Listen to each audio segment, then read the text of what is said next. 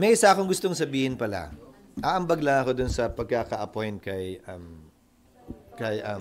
Torre. Um, Taong 1990 nung pinasa ang RA 6975 na nagsabi na civilian ang Philippine National Police galing sa pagiging PCINP, kung maalala ninyo. Civilian at sangayon sa batas na yon, ang huling graduate ng PMA na pwedeng maging PNP chief o sumali sa kapulisan ay 1992. Mula 1993, mula 1994 yata, hindi na pwedeng sumali sa kapulisan ng PMA graduate dahil military and training ng Military Academy kumpara sa PNPA na dapat PNP.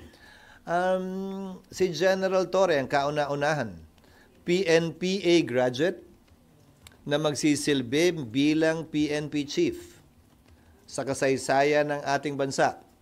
At sa kanyang pagkakatalaga, lubusang na ipatupad yung 35-year-old na batas na nagsasabing civilian ang kapulisan natin.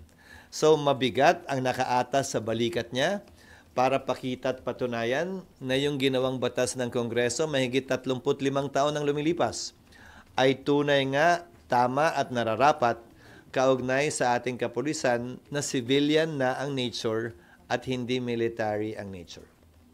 Good choice si General Torre, sir. Ulitin ko, kaugnay ng pagpapatupad ng batas na civilian na, dahil yan ang unang beses na ginawa yan ng sino mang Pangulo.